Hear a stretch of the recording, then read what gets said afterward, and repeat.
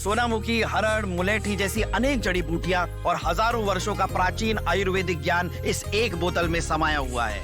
कायम टैबलेट, आपकी खुशियों का साथी। अरावली को लेकर एक फैसला आया। उस फैसले में एक डिफिनेशन आता है जिसमें अरावली की परिभाषा तय की जाती है और कहा जाता है कि 100 मीटर से जो भी अरावली का पार्ट नीचे होगा वो पहाड़ी क्षेत्र नहीं माना जाएगा।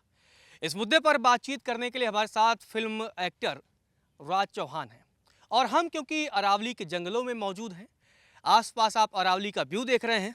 राज जी हमारे साथ हैं। राज जी, ये जो फैसला आता है, इस फैसले के मायने क्या है? देखो, इस फैसले के मायने सीधे सीधे हैं। पूरी जन आक्रोश है और ये जो अरावली की पहाड़ियाँ हैं अरबों खरबों सालों से है और जो गुड़गांवा, हरियाणा, राजस्थान का वजूद है तो इन अरावलियों की वजह से ही है।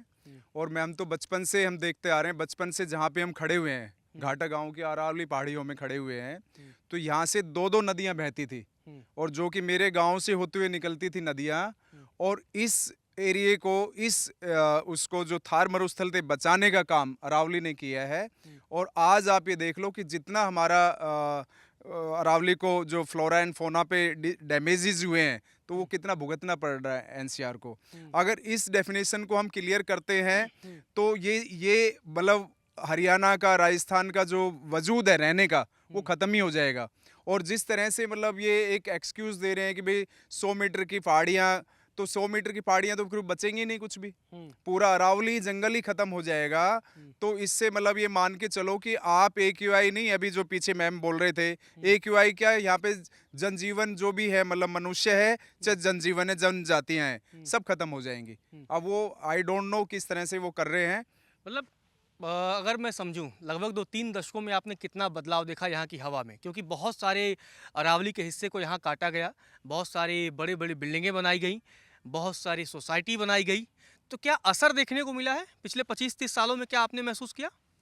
25-30 सालों में नहीं, पिछले 15 सालों में बहुत ज़्यादा असर दिखाई दिया है। पहले यहाँ का आसमान खुला होता था, हम बाहर सोते थे, तारे नज़र आते थे आसमान पे।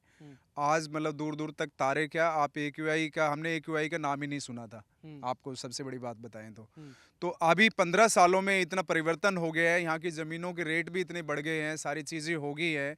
अब सरकार की या किस तरह की नज़र है, किस तरह का इस क्यों ख़त्म करना चाहते हैं, वो मतलब समझ से बाहर है। तो ये चीज़ें आप परिवर्तन का भी ये देखो कि आज AQI क्या रहने योग्य NCR नहीं रहा है। बिल्कुल। तो आप ये देखो कि मतलब असर तो है, बट नेचुरल। यहाँ के लोगों में इसका कितना प्रभाव है? जिस तरह से अरावली को रिडिफाइन किया गया, आसपास के लोगों से जब आप बात कर रहे हैं तो उनके मन में क्या है? देखो, अभी ये तो चीज़ें हम सरकार किस लिए चुनते हैं कि जनहित के लिए कार्य करें। तो जो जन आक्रोश है, कई तरह का जन आक्रोश है यहाँ पे है कि भाई AQI का रोना रो रहे हैं हर साल, बट नेचुरल बढ़ता ही जा रहा है AQI का, उसके लिए कोई स्टेप्स नहीं लिए जा रहे।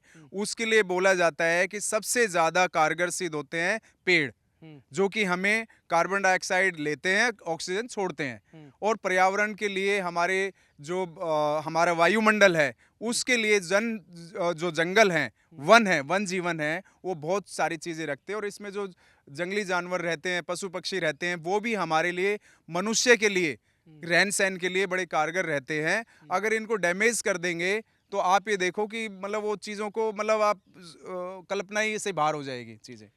जंगल मनुष्य के जीवन के लिए बहुत अहम होते हैं। एक समय तो भोजन से लेकर और बहुत सारी चीज़ों पर मनुष्य जो है वनों पर ही डिपेंड था, लेकिन वक्त बदला, हालात बदले। हवा तो अभी भी चाहिए, ऑक्सीजन अभी भी चाहिए, लेकिन अब अरावली पर जिस तरीके का फैसला आया, उस फैसले के बाद कई तरह के सवाल खड़े हुए और उन्हीं सवालों को लेकर लोग प्रदर्शन कर रहे हैं।